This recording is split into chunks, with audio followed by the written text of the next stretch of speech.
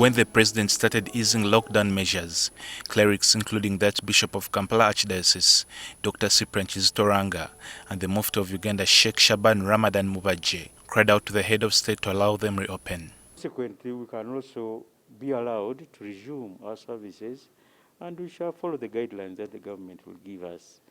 And as I said, our motto is for God and what?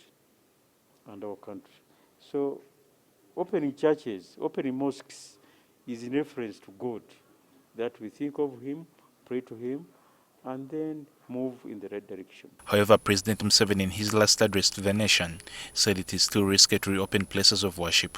Pastors from the Pentecostal movement have also added their plea to that of other religious leaders. They believe places of worship are the places those who have lost hope look to when in need of courage. As a pastor, I have over 50 pastors under me.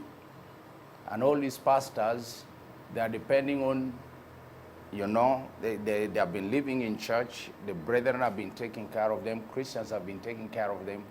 But at this time, they're all looking up to me. And these are men who have families. They have the thing has all closed and they're just living by themselves. I have staff here that I'm taking care of. There are people, some on the payroll that have to be paid. And you had set up salaries for people and allowances. Yes, you don't just scrap them off just because there is no more church gatherings. You have to continue with your obligations.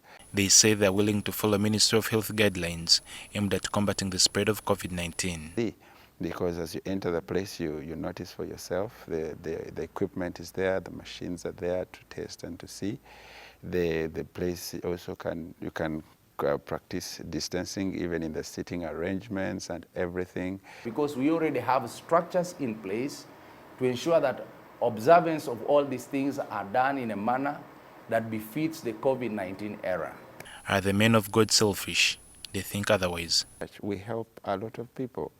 There are a lot of people on welfare, people that were affected by COVID. We need to see that we allow churches to open so we can be able to provide that which maybe the government may not be able to provide, which is hope, which is faith, which is prayer, which is the ability to gather yourself up and build from wherever you are. Attempts to reopen places of worship in other countries have prompted fears of new COVID-19 case spikes, and it remains to be seen if the promises by the men of God to adhere to the health guidelines will prompt the government to reopen the places of worship.